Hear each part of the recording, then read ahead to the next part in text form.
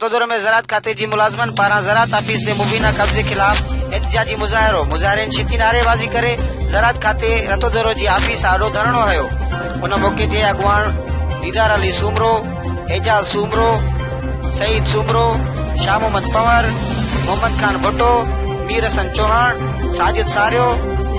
अली मोहम्मद सारियो, मजीद सारियो ऐं लाल बख्श जोणे जो अब्दुल गफूर बपड़ ऐं ॿियनि मीडिया सां ॻाल्हाईंदे चयो आहे त 1983 में रतोदर में ज़राअत खाते जी ऑफिस लाइ प्लाट मंज़ूर कयो वियो हुयो,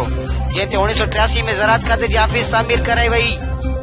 जंहिंजो इब्तिदा उन वक़्त जे चीफ सेक्रेटरी अब्दुल समी कुरैशी कयो। 1986 में उन वक़्त जे सेक्रेटरी सवागो खान जतोई जी कोशिश सां ज़राअत खाते जी ऑफिस लाइ 3 एकड़ एराज़ी ते प्लाट मंज़ूर कयो वियो, जंहिंजी दाख़िला 7 नंबर फार्म ते रखी कागज़ात हैदराबाद मां माइक्रो भी कराया विया हुआ, पर हिते आहिस्ते आहिस्ते प्लाटनि ते कब्ज़ा कया विया। हिन वक़्तु 1 एकड़ मस एराज़ी बची आहे, जंहिं ते पिणु कब्ज़ो कयो वियो आहे। नई इमारत लाइ 1 करोड़ रुपया मंज़ूर कया विया आहिनि, पर कब्ज़ा माफ़िया ऑफिस ठाहिण न पई ॾिए। असां मुलाज़िमनि खे बि मोतमार धमकियूं पयूं मिलनि त ऑफिसूं ख़ाली करे वञो, ॿी सूरत में अवां खे बि बख़्शु कोन कंदासूं।